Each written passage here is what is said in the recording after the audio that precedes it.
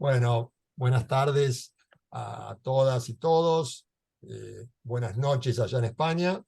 Es un gusto poder hoy presentar a profesor Carlos Daniel Antenucci.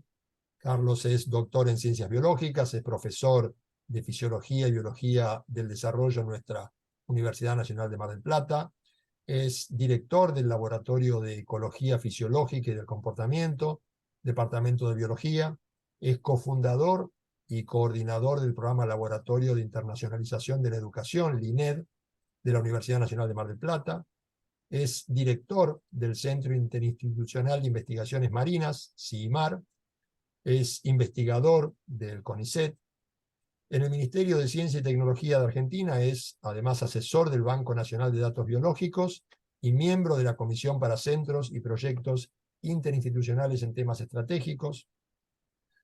Ha dirigido becarios y becarias de investigación, investigadores, doctorados. Es cofundador del INLAT, que es organismo de coordinación de la internacionalización de la educación superior en América Latina. Es director de la Feria Argentina de Educación Superior, FIESA, que se organizó hace poco tiempo acá, tuvo sede en nuestra ciudad, y es autor de Weberianos FIESA. Es miembro de la Comisión para la Calidad de la Presidencia de AMPE, que es la Asociación Mexicana para la Educación Internacional, en este caso por el periodo 22-23. Entre 2015 y 2017 fue director de la carrera de doctorado en Ciencias Biológicas de nuestra universidad, y entre 2017 y 2021 fue vicerrector de nuestra Universidad Nacional de Mar del Plata y a la vez jefe del Departamento de Internacionalización. Es asesor del Grupo Montevideo de Universidades, ha sido evaluador de becas y proyectos para CONICET, para CONEAU, para FUSIT, para Fondesit en Chile, en Uruguay, con respecto a publicaciones también como evaluador de diversas revistas científicas. En el 2019 fue invitado por el programa ELAP de Canadá a visitar universidades y politécnicos en los distintos estados allá en Canadá. Entre 2019 y 2021 dirige Camino a Fiesa, organizado con el Observatorio Global, OBREAL, y promovido por el Consejo Europeo de Educación. Daniel se desenvuelve también en el ámbito de la investigación de la educación internacional, dando conferencias en jornadas de educación internacional sobre nuevas herramientas de internacionalización, agenda latinoamericana y relaciones sur-sur en diferentes asociaciones y universidades. Es fundador de la Fundación LINED Global, cuyo objeto es la internacionalización de la educación. Ha publicado más de 60 artículos en revistas científicas internacionales, capítulos de libros, y no voy a seguir con el currículum porque si no ocuparía todo el tiempo que tenemos de exposición. Así que gracias, Daniel, es un enorme placer tenerte por acá y bueno, quedas a cargo de la presentación. Bueno, muchas gracias al Seminario Permanente por la invitación, a ustedes, Pablo, equipo. El que mucho abarca poco aprieta, con todo lo que leías, dice, eso es, el que mucho... El tema es que justamente los curiosos siempre nos metemos en todos lados. Y uno de esos lados, justamente, una de esas perspectivas es el cambio climático, las ciudades sostenibles, el derecho a las ciudades en lo que se refiere a transición verde, a ciudades azules. Y mi tema específico de investigación en realidad tiene que ver más con la fisiología ecológica, cómo afecta el ambiente a la disrupción de los ecosistemas y a la fisiología de los animales en sus ambientes naturales, pero últimamente me tiene muy preocupado el tema del cambio climático y con 14 universidades en total, o investigadores de 14 universidades, presentamos un proyecto Erasmus que empezamos en abril pasado, que salió, que es sobre justamente eh, cambio climático y turismo sostenible, ¿no? Atendiendo justamente a no solamente una preocupación, sino a una obligación como biólogo de contribuir en un campo que nos es sensible a todos y que pone en juego el futuro de la humanidad, creo yo, ¿no? Y de las generaciones que vienen. Obviamente, si bien hay muchas personas, y hace un rato hablábamos del capitalismo que vive el hoy y el ahora, y es lo que le interesa, hay muchas, tantas otras que nos interesa el futuro de las generaciones que vienen y queremos dejarle un mundo mejor. En este sentido, ahora les voy a compartir la presentación que tiene que ver justamente con lo que comenté recién. Si me dan un minuto para compartirla y encontrarla, acá está.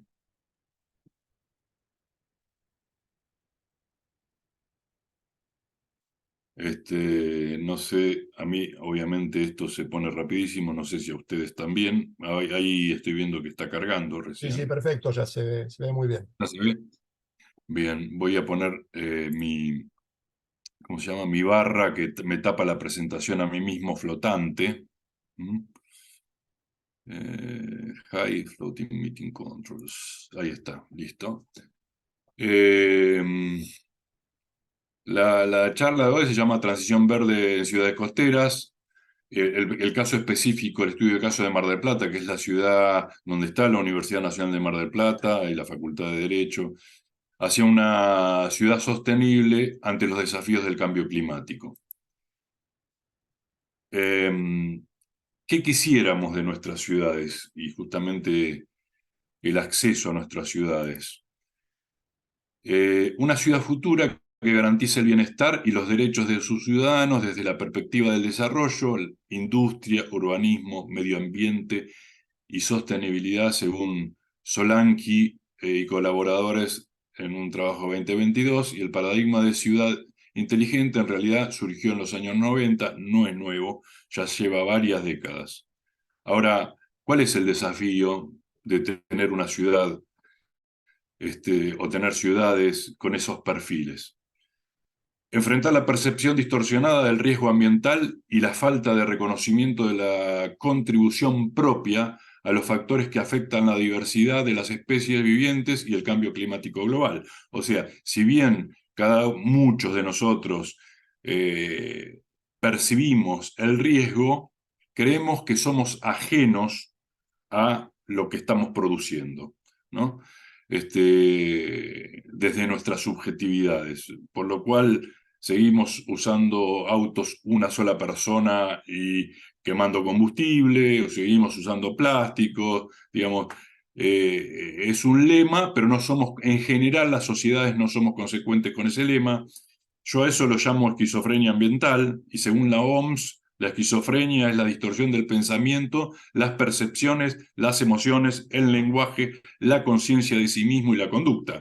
Entonces, usamos el lenguaje ecología, cambio climático, pero justamente tenemos una distorsión en el pensamiento de cómo contribuimos nosotros a ese cambio climático, y tenemos emociones encontradas porque fuimos criados y educados en una sociedad de consumo que atiende a bienes suntuarios muchas veces que van en contra justamente de la sostenibilidad de los ambientes de nuestras ciudades y contribuyen al cambio climático cuando no son de primera necesidad, sino son suntuarios, atraen nuestra atención y queremos tener un objeto particular.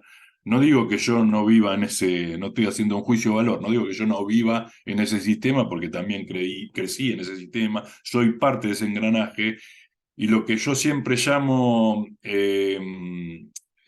digamos, nacemos con un cerebro totipotencial, todos los circuitos neuronales activados, y después van quedando activados solamente aquellos que tenemos hábitos que repetimos y los otros van quedando apagados o se contraen.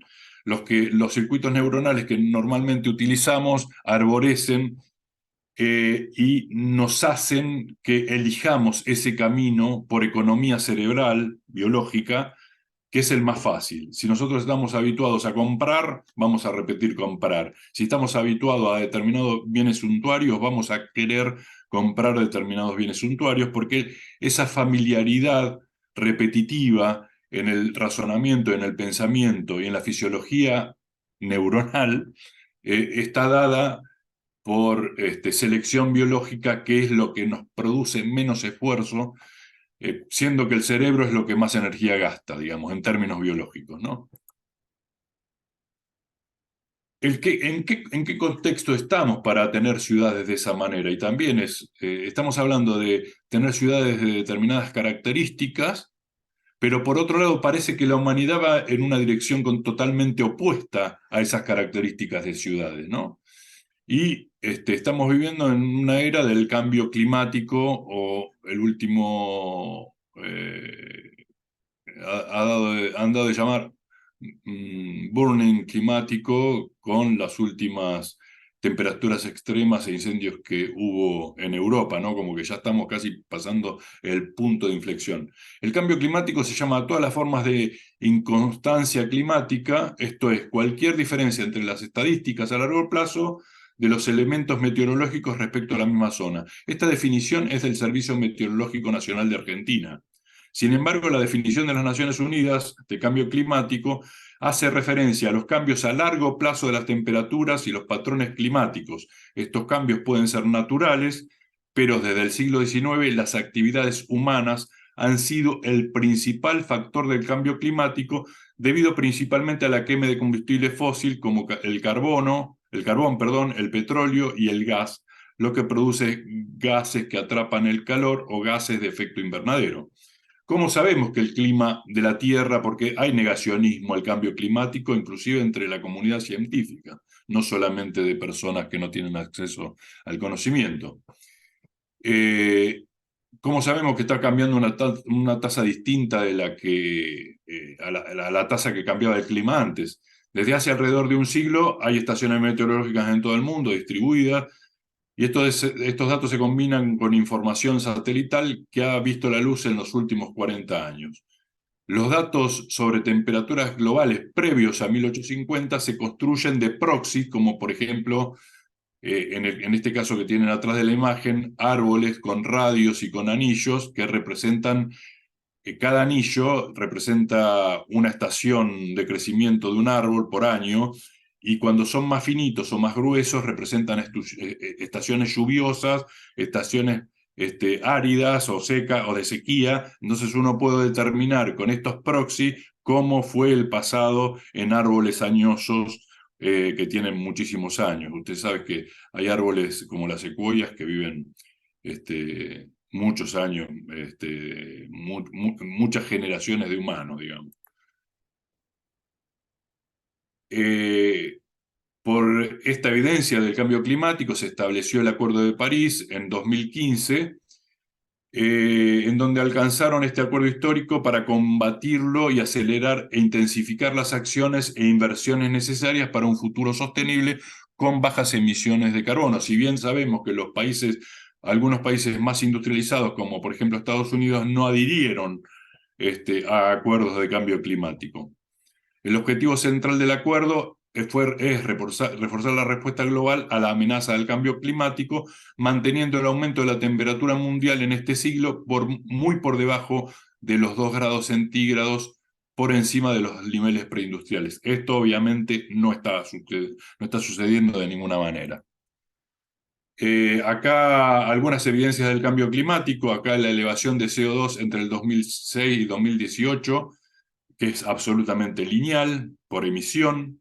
O sea, muchos sostienen que el cambio climático se da igual, pero digamos, que se ha dado en la historia de la Tierra. Sin embargo, el crecimiento de la temperatura ambiente está absolutamente correlacionado con la emisión de dióxido de carbono de los procesos industriales y sobre todo de combustibles fósiles.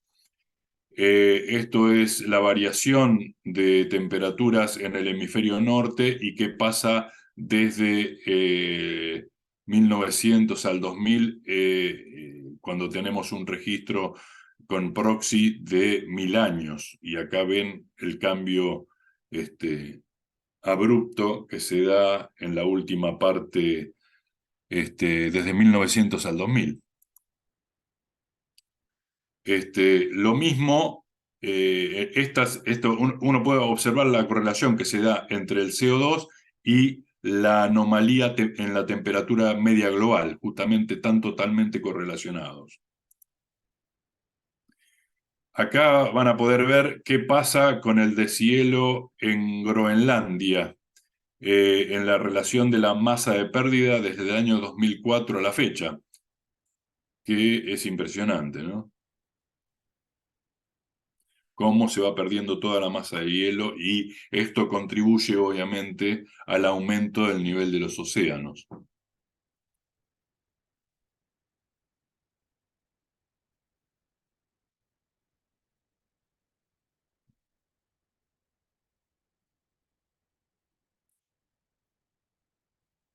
El número de desastres naturales en el mundo desde 1950 a la fecha, y con la correlación entre ello y las pérdidas económicas que se dan, ¿sí?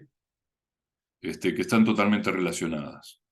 Hoy hablábamos del capitalismo, que si no genera efectos sobre el cambio climático para sacar ventajas en construcción, etcétera, pero en realidad las pérdidas económicas que acompañan al cambio climático en determinados sectores de la economía son absolutamente cuantiosas. El número de desastres naturales, como aumenta de 1950 a la fecha también, ¿sí? Inundaciones y efectos relacionados con las inundaciones, sequías y efectos relacionados con las sequías temporales de viento, y acá como un ejemplo del número de deslizamientos de tierras en Italia está totalmente correlacionado con esto que es de a nivel global.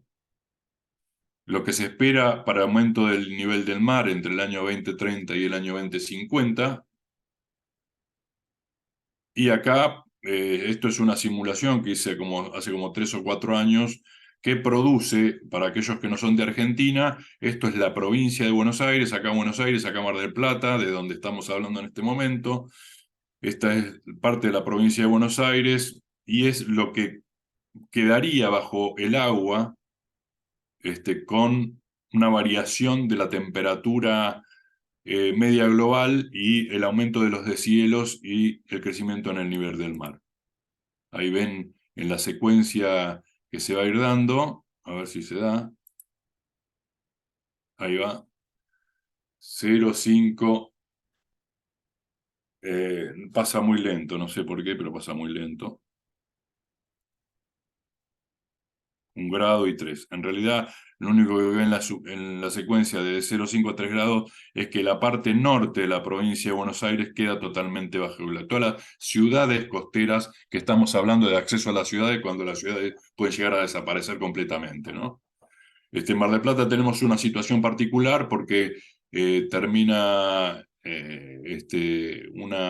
un artefacto geológico que es el sistema Tandilia de montañas del Terciario que terminan en Mar del Plata y tiene una altura relativa bastante alta respecto al norte de la provincia de Buenos Aires. En general, América Latina y el Caribe tienen una asimetría fundamental en relación al cambio climático. En otras palabras, si bien América Latina ha contribuido históricamente al cambio climático en menor medida que otras regiones, de todos modos resulta particularmente vulnerable a sus efectos. O sea, es la que menos contribuye, pero como suele pasar, el sur global, que tenemos menos desarrollo, somos los que más padecemos los efectos del cambio climático. Acá tienen un gráfico donde tienen la contribución de las emisiones de dióxido de carbono por tipo de fuente en América Latina y el Caribe y el resto del mundo. Sobre todo lo que uno tiene que observar es la parte, yo soy medio discromatópsico o medio daltónico, pero la parte de color, no sé, amarronada, no se rían de mí, que es las emisiones de CO2 por quema de combustibles fósiles y producción de cemento en general en el resto del mundo, la parte baja, y acá la parte más clarita que le sigue es la de América Latina. O sea, es ínfima la producción de emisión de América Latina con respecto a los países más industrializados y al resto del mundo. A escala regional, ¿qué nos pasa en América Latina ahora que hay anuncios que comenzó el ciclo del Niño? ¿Y qué significa eso para nosotros?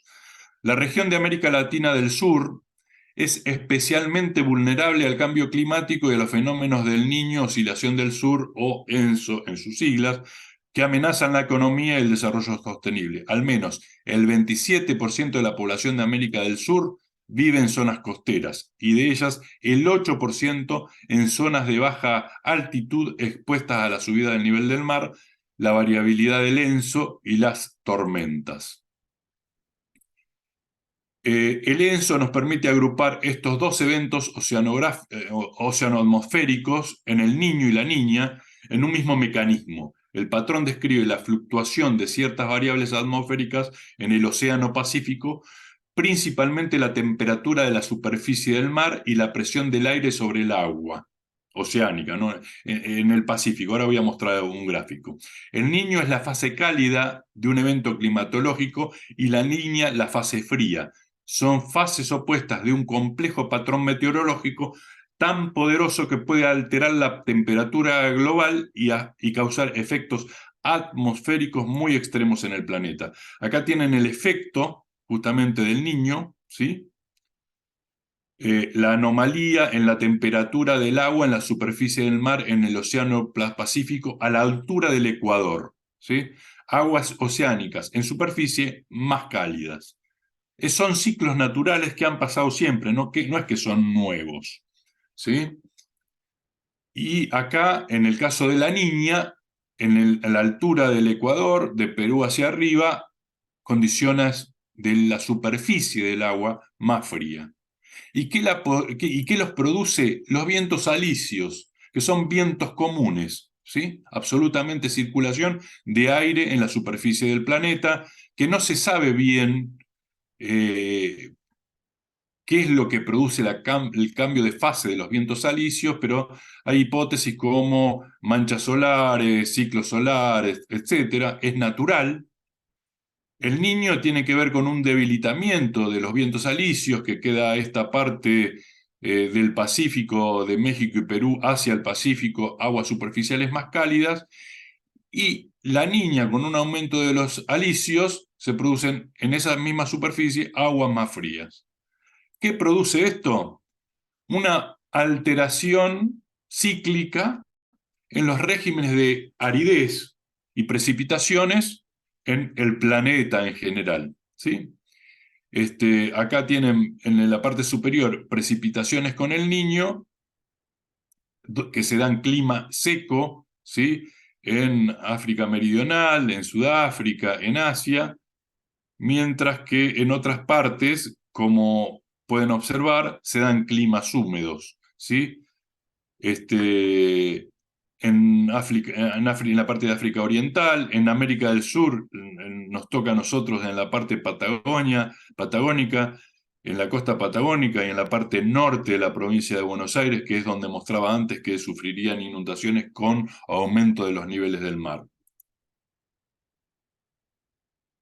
Justamente los hemos visto muchas veces en distintos periódicos. El fenómeno del Niño llegó a su madurez y cuantiosas inundaciones, los estragos que está causando el Niño en el continente americano.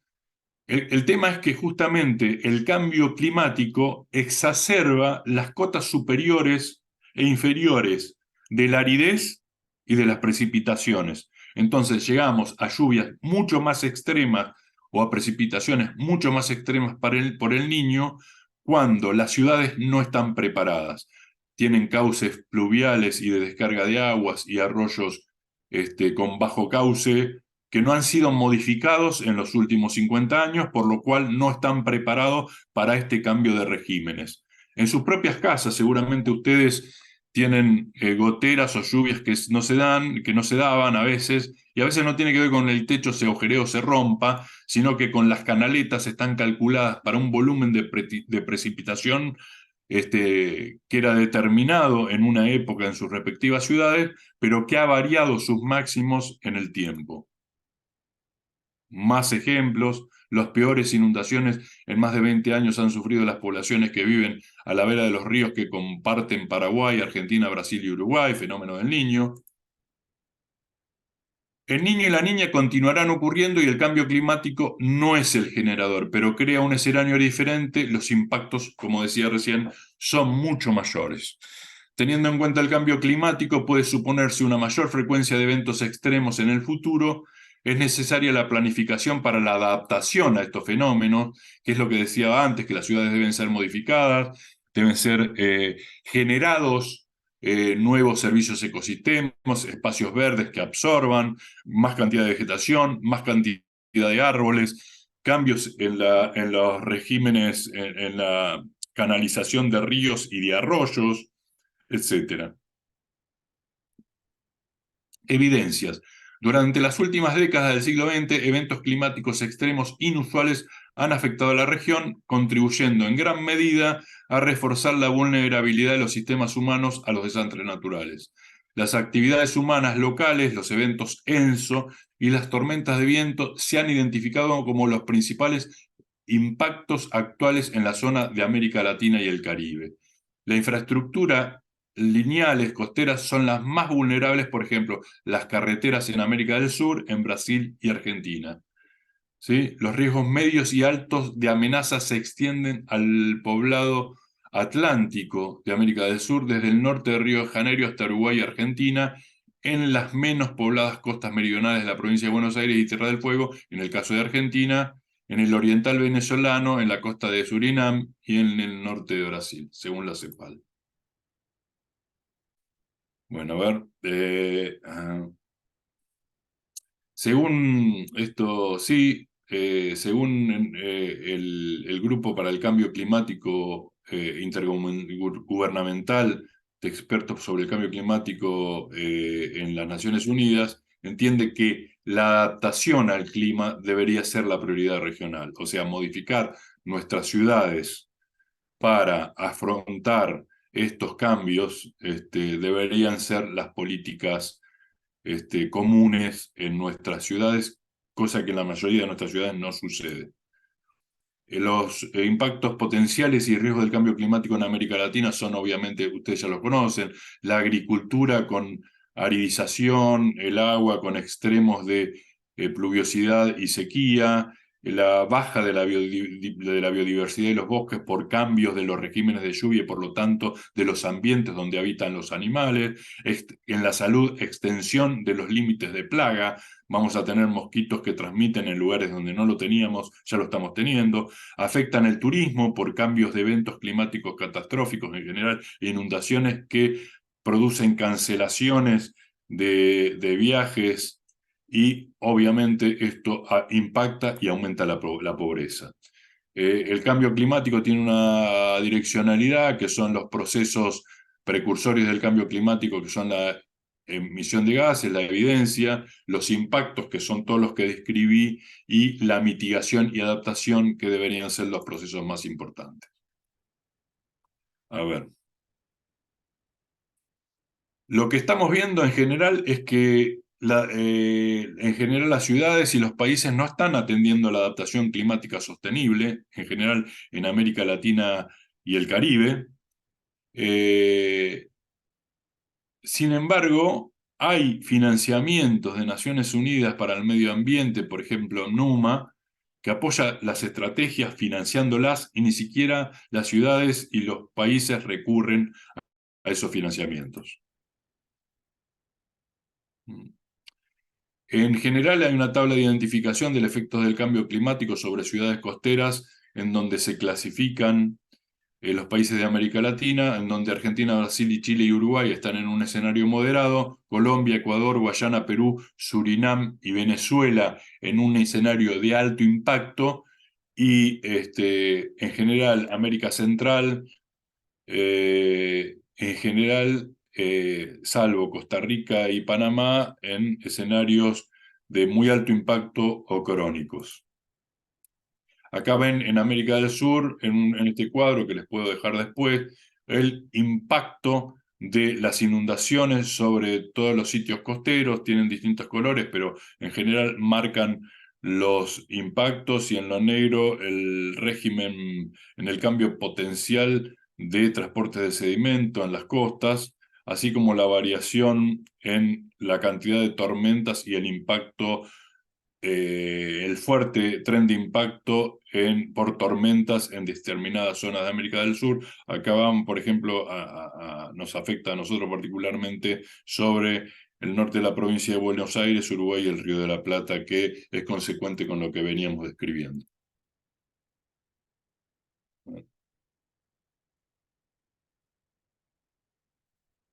Me estoy yendo, quiero ir para atrás, anterior. Acá ven un escenario, una imagen de entre 1951 y 1980 del sur global en general, y cuál es la proyección para el 2100. El cambio absoluto del escenario, y lo que es preocupante es el pulmón también del planeta, que tiene que ver con el Amazonas, con la afectación de temperaturas extremas y por lo tanto el colapso de la biodiversidad y de la biodiversidad, digo bien, y de la extinción de cantidad de especies que contribuyen justamente con el mejoramiento del cambio climático. En el caso particular de la provincia de Buenos Aires, yo ya voy terminando, el impacto donde estamos nosotros, perdón, me fui otra vez para atrás.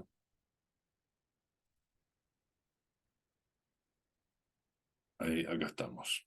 Acá está Mar del Plata. El impacto sobre la erosión en general no es muy grave, pero sí el impacto... Me fui para atrás otra vez. Estoy manejando mal el puntero.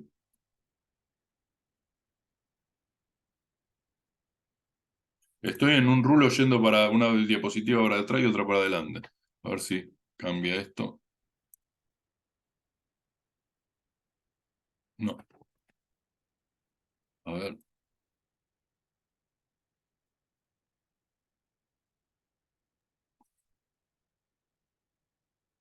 Es un hackeo de los negacionistas. Sí, puede ser. Ya estamos terminando, ¿eh? Sí, es un hackeo de los negacionistas. A ver. Por ahí tenés razón, ¿eh? No hay Es, nadie en el mundo ¿eh? todo es posible. Voy a hacer un escape.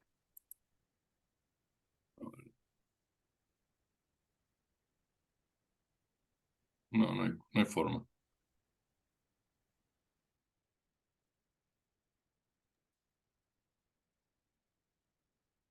Ahí está, ahora sí.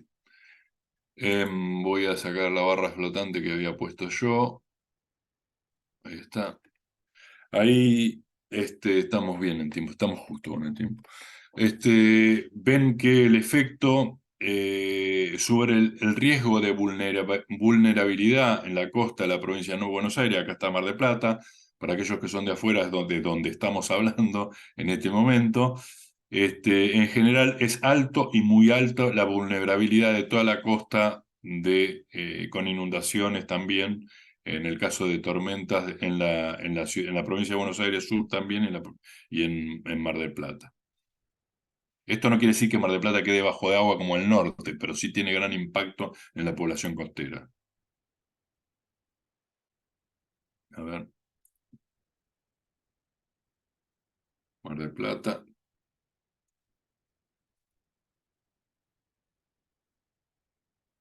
En el general, históricamente, en esta ciudad que estamos, en Mar del Plata, ha habido, los temporales han producido inundaciones en la ciudad desde 1910, que se tienen registros.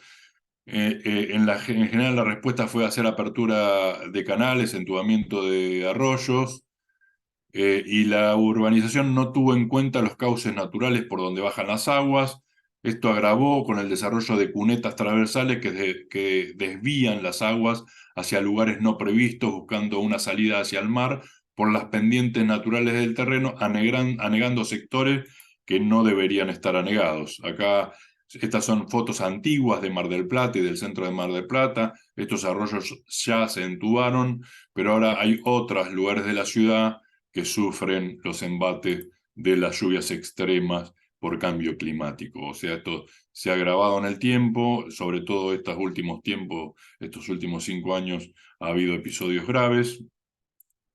No somos una Smart City, esa imagen que pase rápido es justamente de, de, de la imagen que ponía al principio, lo que implica el símbolo de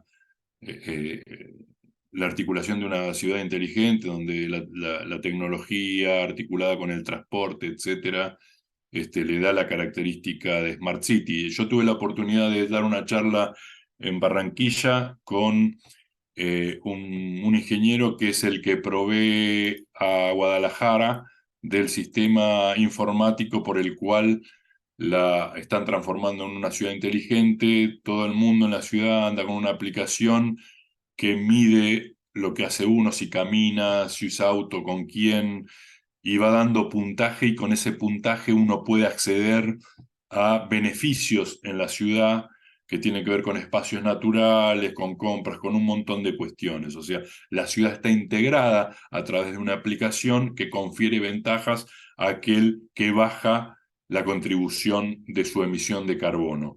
Ese sistema Guadalajara se lo vendió a Nueva York este, y a una ciudad de Irlanda. En América Latina, creo que Sao Paulo está hablando con la gente de Guadalajara. En Argentina no tenemos nada parecido. Acá está el trend de cantidad de eventos de inundaciones registrados en la ciudad de Mar del Plata entre 1969 y 2016, como se ve, se van intensificando a través del tiempo. Y estos son mapas antiguos, pero que lo único que hicieron es empeorar la peligrosidad de inundación, la vulnerabilidad, que es donde están los asentamientos más grandes, y si uno junta la peligrosidad superpone la peligrosidad con la vulnerabilidad, le da un mapa de riesgo donde está justamente la población más vulnerable a inundaciones. Esto varió en el tiempo porque Mar del Plata se ha extendido muchísimo. Y este es el mapa de aumento de esa vulnerabilidad a través del tiempo. A ver. ¿Cuáles son las principales metas entonces para una transición verde? Transición hacia fuentes de energía sostenible, obviamente, que bajen la emisión de carbono, planificación a largo plazo que incluya infraestructura verde y la inversión en áreas naturales tanto en tierra como en el ambiente marino. Esto es lo que llamamos servicios ecosistémicos. Las grandes ciudades, algunas ciudades, si tienen la oportunidad de conocer algunas ciudades bien planificadas, tienen grandes parques en el centro y en la periferia de la ciudad. Y eso no solamente tiene que ver con lugares de esparcimiento social, sino que son servicios ecosistémicos. Absorben gran cantidad de agua de precipitaciones colateralmente y en puntos estratégicos de la ciudad, bajando el riesgo de inundación. Promoción de movilidad sostenible, reduciendo el acceso de vehículos de combustión interna a los centros urbanos y fomentando el uso de transporte público y medios de transporte no motorizados. Construcción de edificios sostenibles que utilicen energía renovable y materiales que se ajusten al concepto de cuna a cuna, que es un concepto que tiene que ver que construir con materiales y asemejando sistemas naturales. Innovación en tecnologías limpias y soluciones inteligentes para la gestión de recursos y la necesidad de monitorear y retroalimentar constantemente estas acciones. Y decisiones basadas en un enfoque de ciudad verde, sostenible, inteligente y azul. Como ustedes sabrán, las ciudades azules son esas ciudades particulares donde la gente a veces vive en un promedio 100 años y tiene que ver con esta calidad de vida, con el acceso a las ciudades, con la contaminación ambiental, con el acceso a comida saludable, con el acceso a esparcimiento y con el bajo riesgo de desastres naturales. A ver, ya creo que terminé. Esto involucra un poco el sentido de esta charla, el cambio climático, la mitigación, las ciudades inteligentes, los objetivos de desarrollo sostenible que propusieron la ONU en 2015 que entre ellas tienen que ver con el derecho con la sostenibilidad ecológica, con los ambientes marinos, con los ambientes costeros, con el acceso al agua, con la equidad, programas gubernamentales a escala local que tomen realmente los objetivos de desarrollo sostenible con políticas públicas, programas gubernamentales a escala regional, la investigación científica con información que sostenga esas políticas públicas, que están vinculadas obviamente con la universidad, la educación fundamental para crear, sobre todo en las niñeces, eh, hábitos que estén relacionados con la sostenibilidad, y el capacity building, que tiene que ver con formar educadores para educar con estos parámetros. Creo que nada más, que acá están los objetivos de desarrollo sostenible, y ese es el breve eh, recorrido en el tiempo de seminario propuesto sobre el efecto del cambio climático en América Latina, en qué nivel estamos, sobre ciudades inteligentes y qué lejos estamos en las ciudades de América Latina con estas problemáticas que tenemos y con la falta de planificación a niveles gubernamentales con políticas públicas para llegar a tener sus ciudades sostenibles y tener un real acceso a una calidad de vida en ciudades inteligentes, sostenibles y azules. Esa es básicamente. Bueno, muchas gracias. De nada, gracias. Daniel, ha sido excelente. Acá te aviso, para que no te sientas defraudado, que el aplauso está reservado para el final. Recién ahí abrían los micrófonos y No hay hacemos problema. un aplauso abierto, que siempre lo que espera la actuación espera eso. Pero bueno, ahora gracias por todo esto, ha sido muy iluminador, las imágenes creo que han sido por demás claras. Y bueno, ahora abrir el espacio de debate. Ahí Joana en primer término. Te escuchamos, Joana.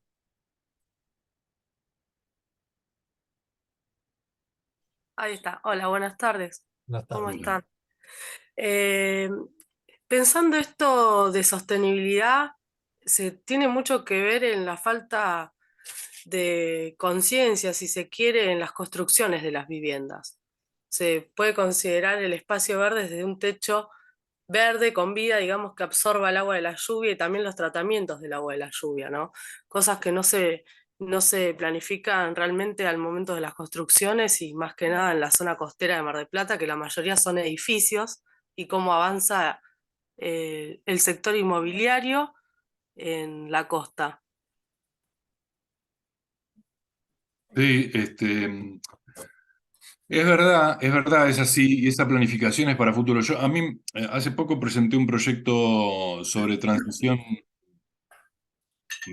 verde para el Partido de Lobería, que es con lo que hablamos con Steffi no hace mucho, y creo un poco motivo de esta charla, que no lo presenté acá, pero por ejemplo, Arenas Verdes, en el sur de la provincia de Buenos Aires, o el sudeste básicamente, es un municipio que está en incipiente crecimiento. En un municipio que está en incipiente crecimiento, con playas prístinas, con ambientes naturales, es posible planificar con ordenanzas municipales y políticas públicas un tipo de ciudad acorde o de villa acorde a los principios de sostenibilidad. Por ejemplo, que tenga corredores biológicos, que no fragmente los ecosistemas, a pesar de que tenga barrios, pero que tenga corredores naturales, etcétera, ¿no? Que tenga centros de interpretación de la naturaleza para que los niños también se amiguen, los niños y los adultos, ¿no? Que conozcan el entorno en donde están, qué implica, qué impacto tienen.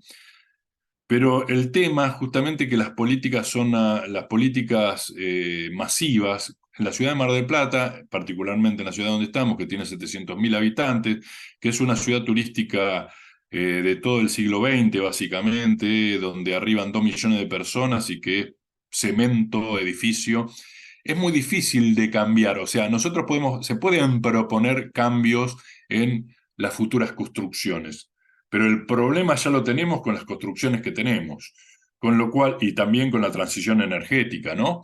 Con lo cual, si ahí no interviene financiamiento particular con políticas públicas, es muy difícil de transformar. Entonces, en el paso que podemos cambiar y proponer, que lo tenemos que hacer, no estoy diciendo que no, techos verdes, etcétera, va a ser una porción muy ínfima de la población constructiva que no va a saldar la problemática ambiental que tenemos. Entonces creo que se tienen que dar las dos cosas, digamos.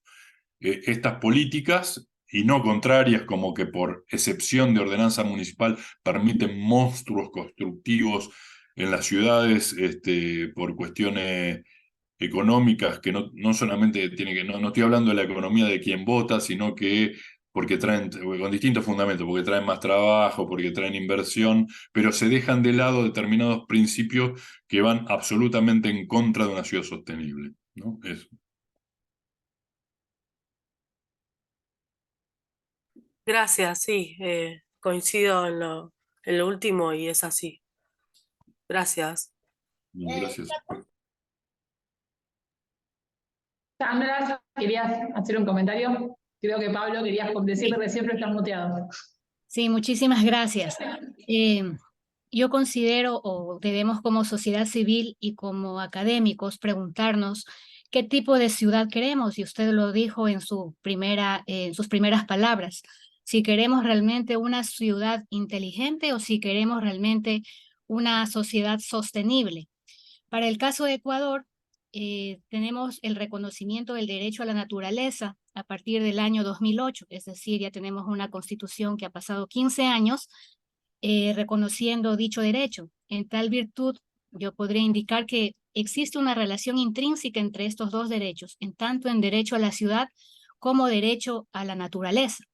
Y es así que esta Corte Constitucional ha reconocido a la naturaleza como sujeto de derecho, y hay material desde un punto de vista jurisprudencial en donde se le da un reconocimiento de derechos a animales silvestres, a manglares, a bosques, a caudales de ríos.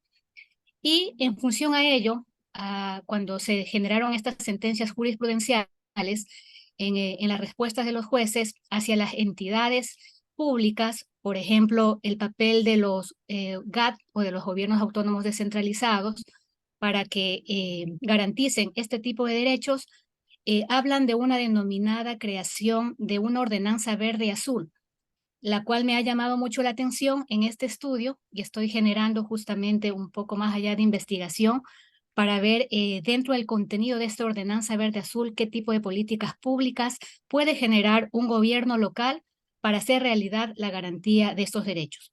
Para este caso, a través de un río en donde todos los desechos son vertidos en dichas aguas, afecta un daño ambiental a toda la comunidad. Entonces, en virtud de ello, se generó esta sentencia que me ha llamado mucho la atención, y voy a generar investigación para ir un poco más allá. Y adicional a lo que usted hizo referencia de ciudades en donde se pueden vivir hasta 100 años, o lugares que se viven hasta más allá de ese tiempo, en el caso de Ecuador hay un lugar en la provincia de Loja que se llama Vilcabamba. Y en este sitio, que realmente no se puede decir que es una ciudad, es como un cantón, una parroquia, algo un poco más pequeño, en donde hay ciertos mecanismos o ciertas situaciones en que la propia sociedad civil o sus habitantes generan mecanismos proteccionistas de la naturaleza, y viven esta cantidad de años porque cuidan el agua, cuidan su entorno, desde el tema de cómo generar el tema de los desechos. Bueno, es sumamente interesante. Entonces, esa aportación quería dar, y muchísimas gracias, me encantó la información dada. Sería bueno tener, si podés compartir después la jurisprudencia, porque está bueno leerla. Sí, con todo gusto.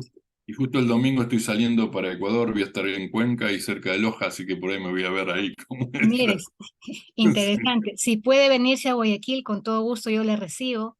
Tengo un lugar en donde puedo hacerlo, así que queda cordialmente invitado. Muchas gracias.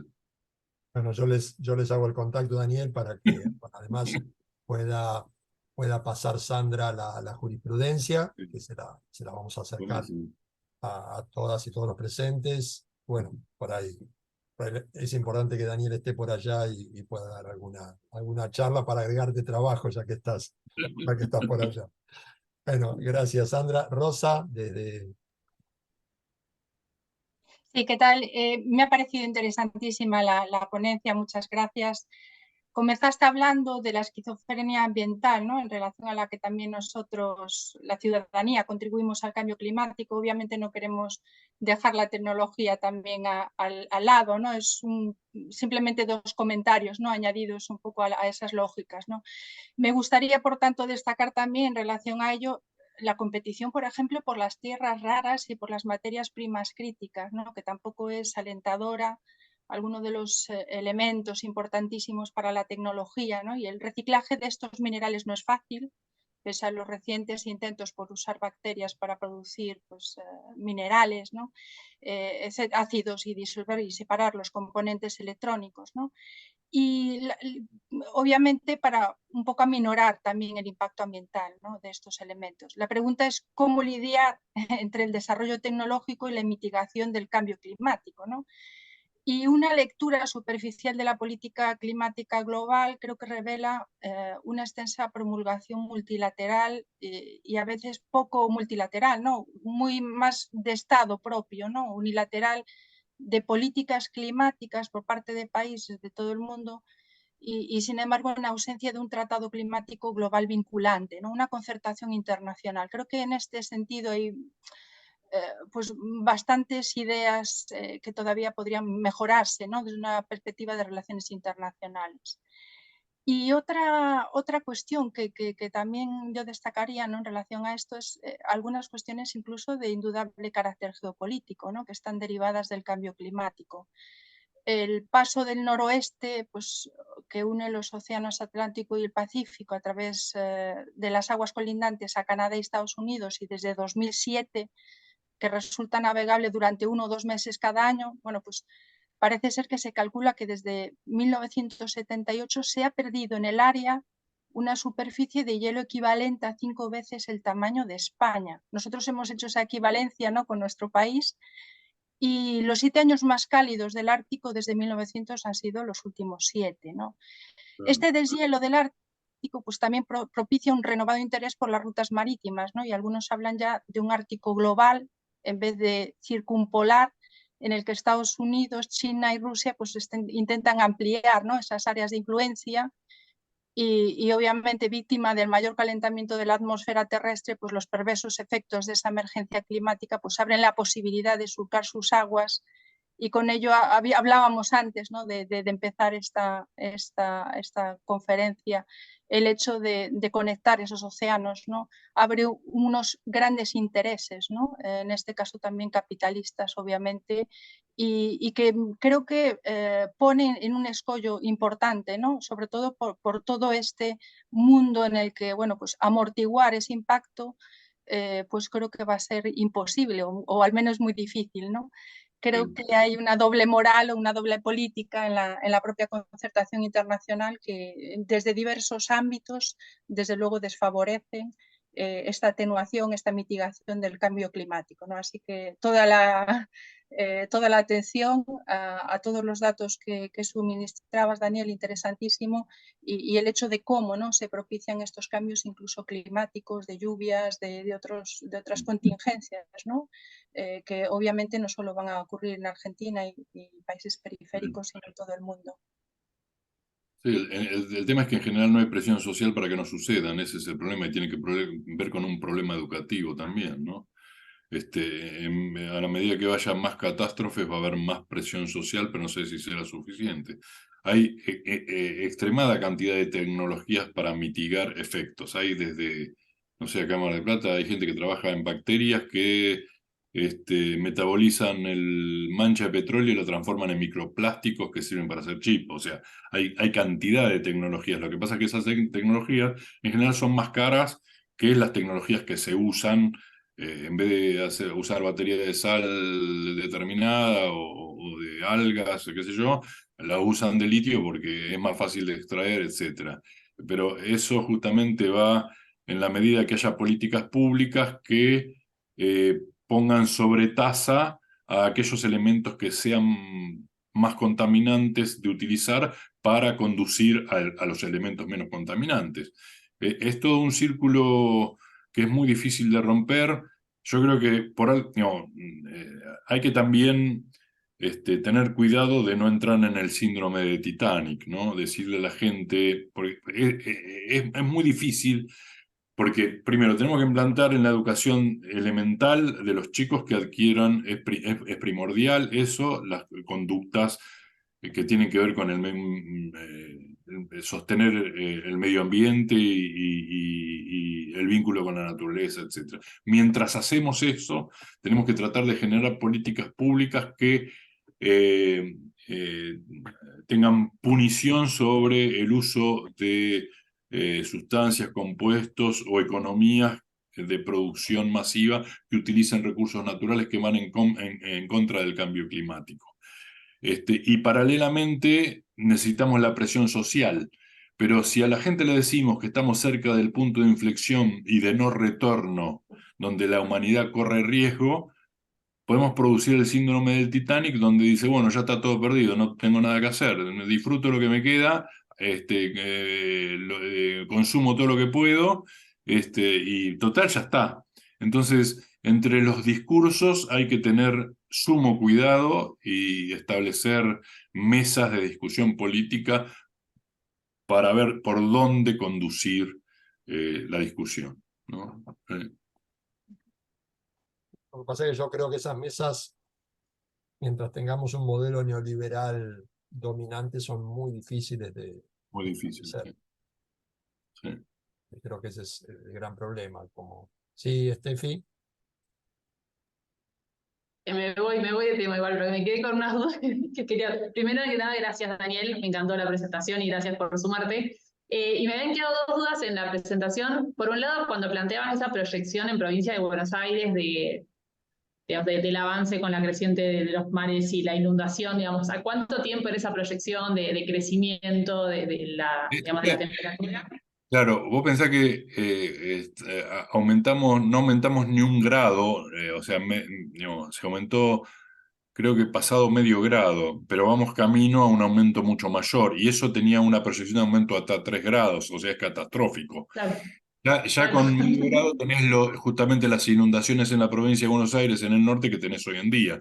Eso es un modelo, digamos, son datos que yo mismo le cargué a un modelo de inundación que tiene la NASA y que uno puede acceder a hacerlo, ¿sí? Que Bien. le cargué escenarios con distintas temperaturas, nada más. No hay una proyección de tiempo ahí, hay distintas temperaturas. Si eso se da más rápido o no se da, es otra cosa, ¿sí? Bien. Y después hablaba sobre los servicios ecosistémicos, decías, en tierra o marítimos. Eso no me quedó claro, digamos, contás un poco más, ¿cómo son esos servicios ecosistémicos en ambiente marino? Y en el ambiente marino van desde población de algas, por ejemplo, y del intercambio y la fijación que producen, todos organismos vivos que producen fijación, intercambio de gases, o sea, en los ambientes marinos también, digamos, ¿no? Pensemos que el mayor intercambio de gases en el mundo se da más en los ambientes marinos que en los ambientes terrestres, porque es lo que más ocupa en población de... El ambiente marino, sin embargo, es lo más inexplorado. Solamente se conoce el 3% de la biodiversidad que hay en el ambiente marino, ¿no? Pero se sabe que el mayor intercambio de gases y de productividad que alimenta la parte terrestre está en el ambiente marino. Y el efecto que tiene el ambiente marino es impresionante sobre la variación climática. Por ejemplo, se sabe que hay una corriente de hierro que bien viene de la Antártida y que se sumerge en la parte sur de Argentina a profundidad, y que la variación en ese flujo de hierro son los que afectan los ciclones y anticiclones en América del Norte. O sea, la variación de huracanes y todo son afectados y varían de acuerdo al flujo de hierro que tenemos acá en el Atlántico Sur, y ese flujo de hierro depende a la vez de la temperatura de los océanos, que también la temperatura de los océanos afecta la eutroficación, el aumento en determinadas especies de algas que compiten y extinguen otras especies de algas y de animales. O sea, el punto de inflexión cuando se refiere a un desbalance tal y un colapso tal de diversidad animal que no puede ser reconstituido a posteriori. O sea, no es que se da tiempo a que una especie sea reemplazada por otra, no, extinciones masivas que producen desertificación, no producción de oxígeno, no captación de dióxido de carbono y ya no hay vuelta atrás, ¿no? Claro, nosotros a principio de año estuvimos en Dominicana y tenían un centro de protección de corales y nos explicaba el investigador que estaba ahí una situación parecida, que era impresionante cómo estaban desapareciendo los corales y el efecto que causaba ahí en pérdida de oxígeno del agua y que había habido como una especie, yo no lo entiendo, ¿no? Como arquitecta, pero como una pandemia dentro del agua por una cierta exploración o alguna cosa que habían hecho en Norteamérica que había sacado bacterias que no deberían estar en el mar y que había generado todo eso que estaban arrasando con todos los corales ahí y estaban muy preocupados. Sí, sí, sí. Ejemplos en la naturaleza, por ejemplo, en Centroamérica, por ejemplo, las tortugas. El sexo de la tortuga, si es macho o hembra, se determina en la incubación del huevo por la temperatura de la arena. ¿Sí?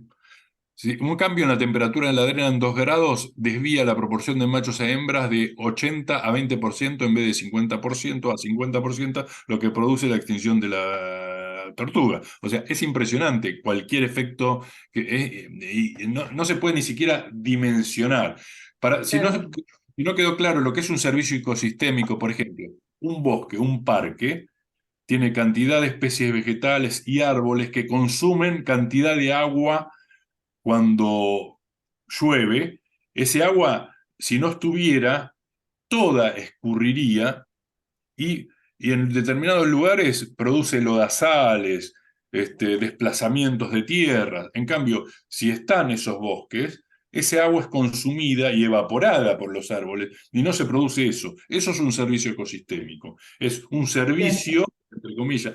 Está mal la palabra servicio porque parece justamente en términos capitalistas que para alguien tiene que dar un servicio, pero bueno, es el término que se le dio.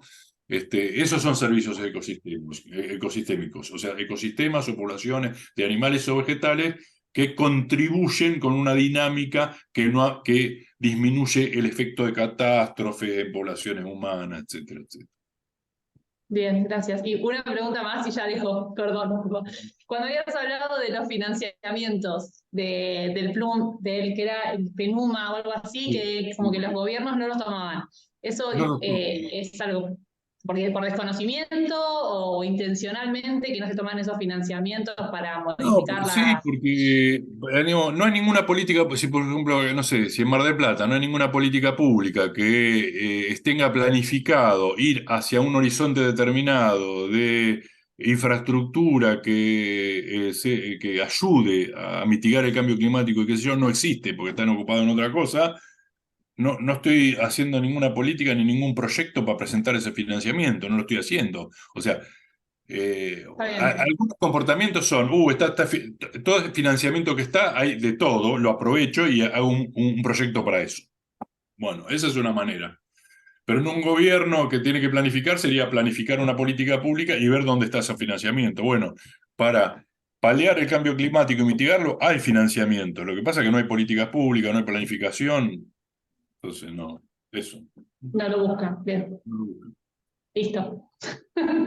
No, yo justo iba a comentar sobre ese tema que me quedó del financiamiento, porque bueno, por un lado es la falta de políticas, por otro lado, es decir, puede haber determinadas políticas que chocan con otros intereses políticos Sí, sí, de en verdad. ese juego. Y después, Sí. lo que creo que está faltando, porque vos lo ibas señalando a partir de problemas que van surgiendo en la ciudad, era una visión integral. Por eso este espacio de derecho a la ciudad. Porque cuando vos decís, hay cosas que, si las construcciones es difícil plantear hoy, bueno, tiremos los edificios de la costa para poder hacer parques. Ahora, podríamos estar planificando un sistema de transporte diferente, en una ciudad que está cada vez más colapsada de transporte y sabiendo, por un lado, cómo el tipo de transporte que tenemos nosotros contamina el medio ambiente, los problemas que todo eso genera, y hay realmente formas, estrategias de cambiar eso, que sería uno de los tantos aspectos que debería hacerse. Sin embargo, si la mirada no es integral, son soluciones aisladas con cuentagotas. Sí, sí, absolutamente. Exactamente. Si no, la mirada no es holística, no es global, global en el sentido de la ciudad como un todo, no tiene sentido. Sí. Podemos enseñar a los chicos a que separen residuos, pero... Sí, eso es lo que veo muchas veces yo, que a veces también que está bien, no digo que esté mal, que la campaña pasa por ir a juntar residuos, qué sé yo, pero el tema es que es mucho más profundo con eso y el temor es quedar en eso, como que haciendo eso estamos contribuyendo y ya, bueno, ya está, porque estamos contribuyendo. Y eso es solamente una puntita de un iceberg enorme. Antes de dejarlo a Gus, que supongo que debe ser Gustavo, un gusto tenerte. Es decir, me comentaban que Madrid, por ejemplo, que no es justamente una ciudad planificada eh, ni ecológica, en los últimos tiempos toda la parte céntrica ha sido cerrada para el transporte que no sea Sí, a partir de automotores eléctricos. sí, claro, No claro. pueden ingresar directamente. Sí, sí, sí, tal cual. Sí, Gustavo. Bueno, muchas gracias. Gracias por la exposición, estuvo muy interesante. Simplemente quería hacer unos comentarios que surgieron a partir del intercambio y una pregunta al final, a ver si tal vez podemos ahí y pensar algo. Qué bueno que pudiste, Pablo, recién recuperar lo del sistema de transporte, porque a veces me queda la sensación de que terminamos sugiriendo soluciones individuales para problemas colectivos, como suele suceder a veces con todo lo que tenga que ver con el desarrollo sostenible, ¿no? Puntualmente quería hacer esta referencia para problematizar todo lo que tenga que ver con el discurso verde que ya conocen ustedes, pero aquí en Comodoro Rivadavia hay un proyecto de urbanización privada sobre un espacio litoral, en una playa que no está urbanizada, y ante lo que se han realizado muchas ilegalidades. Sin embargo, el proyecto ha ido avanzando, y dentro de ese proyecto de barrio cerrado, en una playa que además está lindando con un área natural protegida, se promueve el proyecto indicando que se van a cumplir con objetivos del desarrollo sostenible al obligar a los compradores de los lotes a contar con paneles solares, biodigestores, recirculación del agua y demás. Entonces, me parece interesante poder fortalecer la crítica al discurso verde que se amolda, ¿no? Que se amolda para seguir profundizando lo que bien decían al principio sobre una ciudad pensada como mercancía, y también como una actitud y una actividad de nosotros investigadores, para poner sobre la mesa lo que en realidad esconden con el greenwashing que tan bien deben conocer ustedes también. Eso por un lado, ¿no? Porque lo tengo acá, el proyecto ese de Barrio Cerrado acá en Comodoro, y la verdad que es muy difícil discutir, porque es cierto, necesitamos más paneles solares tal vez, pero bueno, de vuelta, se piensa una solución individual para un problema colectivo y se lo utiliza para pintar de verde un proyecto que en realidad no lo es. Eso por una parte. En segundo lugar, yo quería señalar acá esta idea de la falta de planificación, que también a veces aparece como frase que me hace acordar mucho a la del Estado ausente, ¿no? Que en realidad siempre hay un Estado presente para algunas cuestiones y para otras también lo está, pero en menor medida. Es decir, yo no creo que haya una falta de planificación abstracta así en el aire, sino que hay una planificación determinada y que tiene una intencionalidad. vuelvo al ejemplo que estoy trayendo debido a que es mi cotidianidad, hay una planificación que apunta a favorecer el desarrollo de barrios privados en una ciudad costera y petrolera como Comodoro Rivadavia, que es desde donde les estoy hablando, que busca garantizar las playas saludables y sin pasivos ambientales de la industria petrolera para el sector que puede comprar lotes millonarios. Entonces, hay una planificación intencional que apunta a eso. Yo puedo decir, no hay planificación en la ciudad y por eso surgen los barrios privados.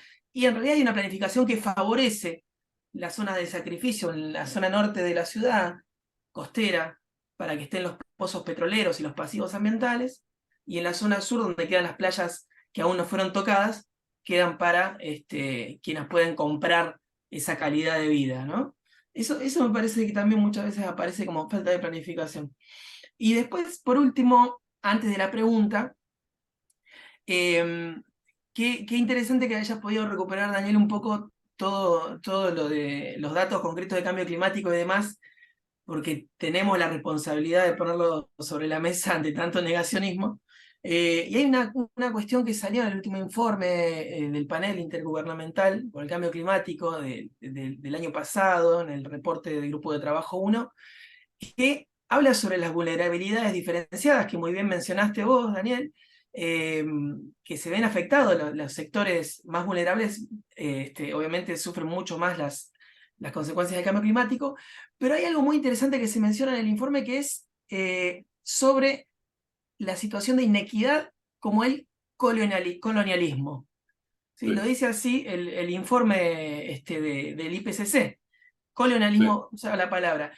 De vuelta, ¿no? Esto de tener en cuenta cómo se van dando los patrones históricos de inequidad a nivel global, ¿sí? Donde en Extremadura, por ejemplo, España hay un proyecto de litio en roca y la gente está resistiéndolo y los que lo promueven dicen, bueno, podemos irnos de acá y vamos a explotar el litio a Catamarca, Argentina, que allí Sí, no hay sí. tanto problema, ¿no? Generando y profundizando esta situación de colonialismo, pero a su vez pensarlo a nivel nacional, ¿no? Porque, digamos, yo estoy en Comodoro Rivadavia y los consumos de recursos que puedo hacer aquí en una ciudad de la Patagonia que no llega ni por cerca a tener 300 habitantes, no tengo la misma responsabilidad que puede tener una persona que vuela en un jet privado para moverse de, qué sé yo, de Buenos Aires a Rosario, lo que sea. ¿Sí? Porque también a veces pasa mucho de esto de que somos todos responsables y la verdad que yo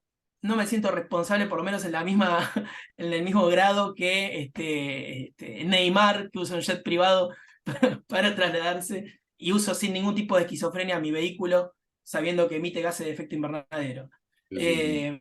Así que eso también está bueno pensarlo allí. Y por último, la pregunta ya para cerrar, si alguien tiene idea, vos Daniel, o alguien tiene idea sobre marcos legales que tengan que ver específicamente cambio climático, con ley de costas, y si hay algo legal que nos obligue a pensar las ciudades incorporando la variable de cambio climático y los riesgos ambientales. Yo sé que acá en Chubut está cajoneado un proyecto de ley de costas, cajoneado hace años, y sé que hay provincias que tienen, pero no sé a nivel federal si hay una ley de costas o proyecto o algo que nos obliga a dialogar con los tomadores de decisiones para impulsar en las ciudades costeras la variable del cambio climático y los riesgos. Disculpen la intensidad, pero me pareció todo muy interesante. Gracias. Yo, claro que concuerdo con la mayoría de las cosas que manifestaste, el grado de responsabilidad, la inequidad. Yo no soy de los que pienso que tenemos lo que nos merecemos siempre. Porque, como digo yo, así como bueno, por televisión a la sociedad le venden un producto poniendo mucho dinero en publicidad, también culturalmente penetran con publicidad de gobiernos, de productos. ¿Eh? ¿Qué? Ah, no, creía que había hablado alguien. Y no solamente eso, sino también con la inequidad del norte global con el sur global. O sea, en general, como dije antes de comenzar la charla, hablábamos como del capitalismo feroz, en donde la creación de riqueza para los economistas ortodoxos no tiene límite. Yo siempre digo que tiene límite porque el último recurso justamente en general son bienes naturales, en donde, o geológicos, o de todo. Que me den un ejemplo donde se cree algún bien de consumo que no tenga como último límite algún recurso natural. Y los recursos naturales son finitos, en algún punto son finitos. Yo también digo que en general, así que digamos, como la energía, como las leyes de la termodinámica, donde la energía no se crea ni se destruye, la riqueza pasa lo mismo, diríamos. Si hay un norte global con mucha riqueza y la creación de la riqueza no es infinita, hay otra parte del sistema que la está pagando, digamos. Entonces, si nosotros tenemos un superambiente natural en algún país, por ahí pone una pastera en el sur global para hacer papel y no en su territorio. O por ahí si Europa tiene plantas atómicas, los radiactivos lo tiraban en la parte, en el sur en Nápoles, en Italia, digamos. Entonces esos desequilibrios, yo creo que hay, digamos, que esas inequidades se dan a nivel global y generalmente el norte global con el sur global. De hecho, yo también estoy trabajando en internacionalización de la educación. El otro día presentamos un libro que justamente se llama Decolonialismo en la educación superior. Y tiene que ver con toda una concepción de este concepto, ¿no? La Unión Europea decidió en el 2019, por ejemplo, salir con los Erasmus de América Latina, que invertía un 25%, bajó a un 8% para invertir en Erasmus en África y en Asia. Pero esa inversión en Erasmus, digamos, el fundamento es que la América Latina es la región más inequitativa del mundo, entonces después de tantos años no cambia, qué sé yo. Pero para mí tiene un fundamento económico, donde África y Asia tienen una potencialidad de crecimiento económico hacia el 2030, el 2040 del 8%, mientras que el norte global solo del 2%. Entonces el norte global va a buscar negocios y explotar recursos al sur global porque tiene esa potencialidad de crecimiento. Con lo cual estamos metidos en una dinámica, digamos, de mercado que es muy difícil de cambiar y que es muy difícil de entender todos los vínculos y los lazos que tiene, ¿no? Y respecto a lo último, yo por lo menos no soy abogado, pero he trabajado con explotación de areneras en el sur, en la provincia de Buenos Aires, y con leyes de minería y costas. Y por lo menos lo que tengo entendido yo, me podrán corregir, que las leyes de costas, de la parte de costas que tienen que ver con la franja de arenas y orillas, ¿no? Son de incumbencia provincial, si no me equivoco, y que cada provincia tiene su propio cuadro legislativo. La provincia de Buenos Aires tiene alguno mínimo con hasta dónde llega la costa pública, hasta dónde lo privado, con la línea de mareas, etcétera, etcétera, pero no hay mucho más que eso. No sé qué pasa en otras provincias y sé que la explotación, digamos, de los recursos costeros también están asignados a las provincias, así como los recursos minerales, etcétera, ¿no? Cada provincia hace su juego. No sé, por ahí me corrigen y estoy equivocado, pero... Bueno, es correcto lo que decís, Daniel, y ese es otro tema de la Constitución del 94, el tema de el uso de los recursos o el manejo de los recursos por las provincias, lo cual ahora se pone justamente sobre la mesa con lo que señalaba vos y Gustavo con el tema del litio, por ejemplo, la dificultad para nacionalizarlo, como ha hecho Chile, Sí. México, porque acá es un negocio de las provincias que no se puede tocar, y la provincia se queda con un 5% de las regalías de ese litio. Es decir, se nos presentan como que la salvación para la deuda es la explotación de esos recursos, aunque dañen el medio ambiente, pero en definitiva tampoco nos van a salvar de nada. Es decir, son recursos que Claro, no, sí. Bueno, ahí está, Víctor había levantado la mano. Gracias, Víctor, por acompañarnos. Bienvenido. Gracias a vos. me gustaría, primero que nada, felicitar a Daniel por su presentación fantástica. Y me gustaría acrescentar que leí recién en una revista Earth Planetary Science que sustentó que el cambio climático está acelerando el desplazamiento del eje de giro de la Tierra con consecuencias serísimas. Esto para mí fue una sorpresa, pero bueno. Otra cosa, entre todas las agresiones al medio ambiente, una de las principales es la producción y el descarte de la basura, inclusive los residuos atómicos. Uno de los más grandes problemas es el descarte a ser solucionado. ¿Cómo puedes ver esta cuestión, Daniel?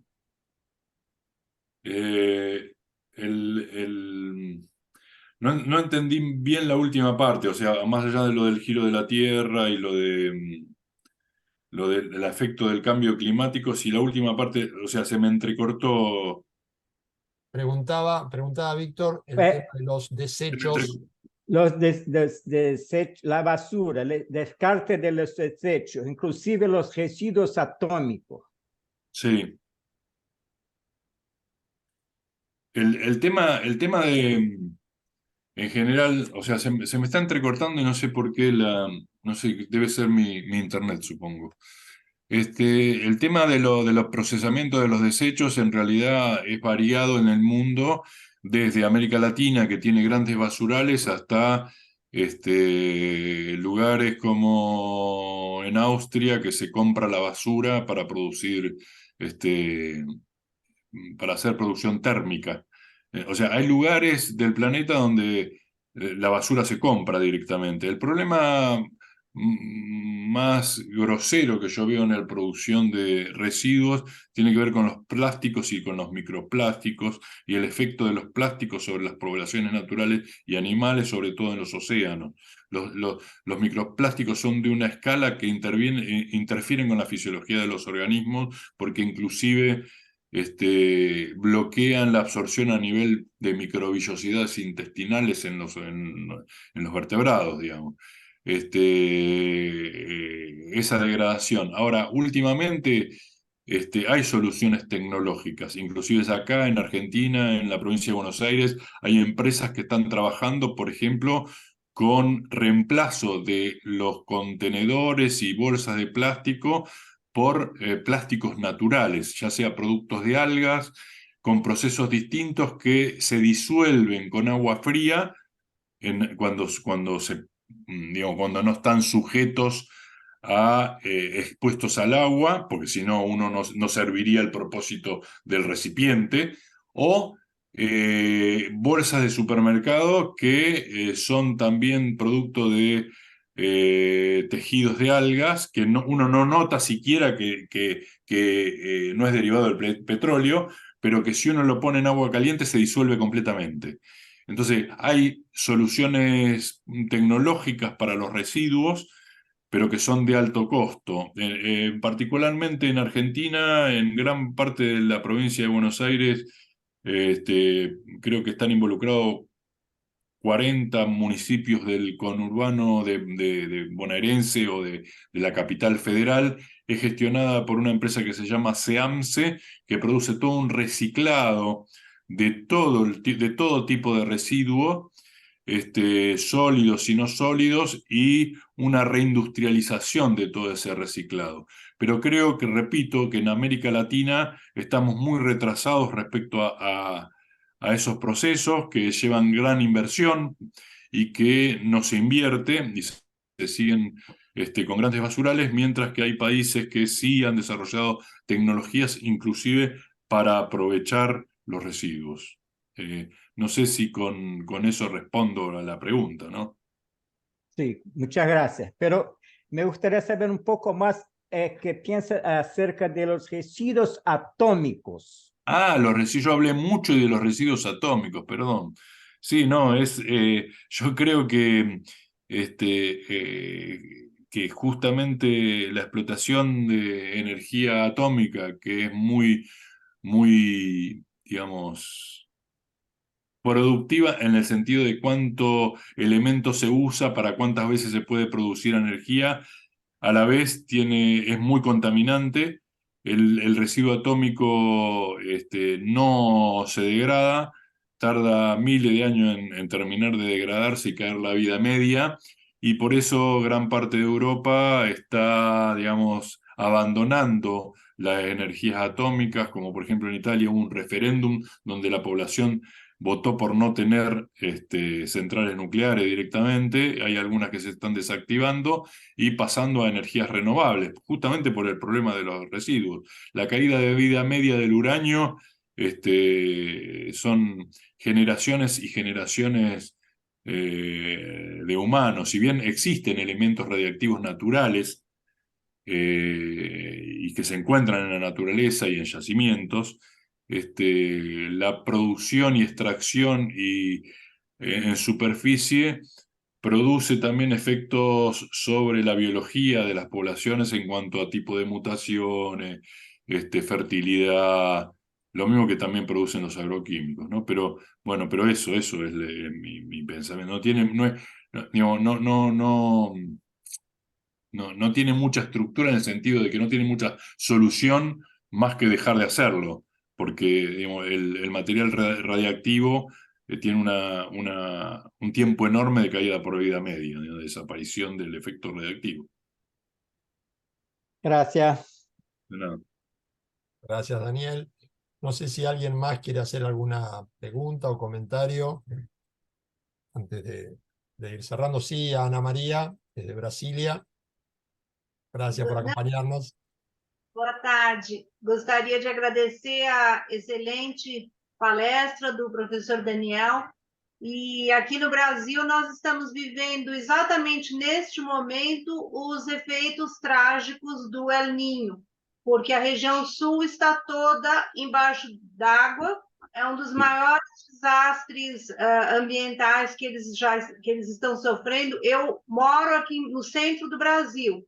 Então, aqui os efeitos não chegam muito, mas lá no sul eles estão sofrendo muito. Hoje, no jornal, já noticiaram mais de 40 mortos no estado do Rio Grande do Sul. Então, a gente pode perceber os efeitos reais, né, acontecendo exatamente nesse momento do que o professor Daniel falou. É só esse comentário. Muito obrigada pela excelente palestra. No, muchas gracias. Sí, es lo que se está viendo por el efecto del niño y lo que mostrábamos hoy en la presentación, que las zonas más vulnerables, justamente el sur de Brasil, que lo que pasó en el sur de Brasil estos días, y Uruguay y el norte de Argentina, justamente, la parte costera, ¿no? Bueno, antes Lo peor es que la predicción, digamos, el ciclo del niño y la niña y estos extremos cambian entre 7 y 10 años. O sea, hay suficiente tiempo de planificación y no se planifica nada. Ese es el problema. No es que no se sabía que esto iba a pasar. Se sabía que esto iba a pasar. De hecho, los gráficos que yo presentaba hoy con esos mapas de riesgo eran desde 2016-2017, ¿sí? Hace 6 o 7 años, justamente. hay una desidia importante y lamentable.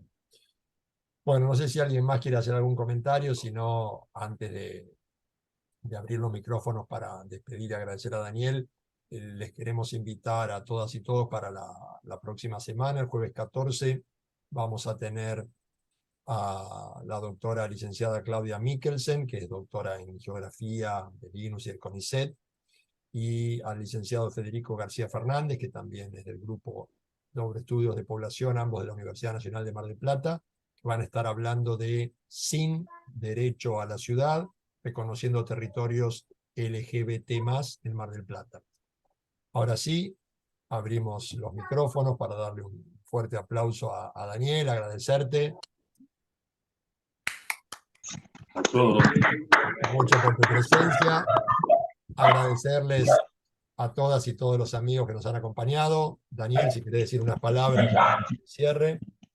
No, que bueno, que muchas gracias por la invitación, que veo que es muy bueno el espacio, que conocía de nombre, pero que no había participado, con lo cual es un espacio de construcción de pensamiento y de política interesante, importante, creo, y que se tendría que expandir más todavía, y que las y los felicito, que muchas gracias por invitarme a participar. Bueno, no, gracias a vos por acompañarnos, por ayudarnos en esto que, como bien decís, intenta ser un espacio de construcción de pensamiento conjunto. Todos los encuentros son subidos después a nuestro espacio, así que quedan grabados y también se los facilitamos para que lo puedan difundir.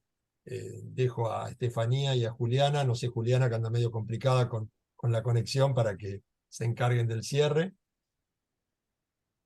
No sé, Juli, que Sí, no, agradecer, simplemente estoy en un café con muy mala conexión, pero súper interesante el planteo y da para seguir conversando y pensando futuro, así que bueno, eso, agradecerte, Daniel. Y bueno, te dejo, Estefi, si querés decir algo. está bien, sí, bueno, yo agradecerte de vuelta, Daniel. Gracias por la presentación, a todas y todos quienes se sumaron. Después nos encargamos de ponernos en contacto Sandra y Daniel, para ver si se cruzan por Ecuador o pueden armar algo por allá. Y bueno, mi saludo y nos estamos viendo el jueves que viene para quienes se quieran sumar. Bueno, muchas gracias a todos y todas. Gracias a los quienes hacen el esfuerzo de acompañarnos desde el exterior. Ana María, Rosa, que es un esfuerzo grande allá después de toda una jornada en España. Víctor, Alice también, que la veo por ahí. Y Lila, que hoy está acá y ya no sé si mañana o pasado vamos a tenerla por Berlín. Así que gracias a todas y todos. Un fuerte abrazo y nos estamos viendo. Hasta luego. Chao. Chao.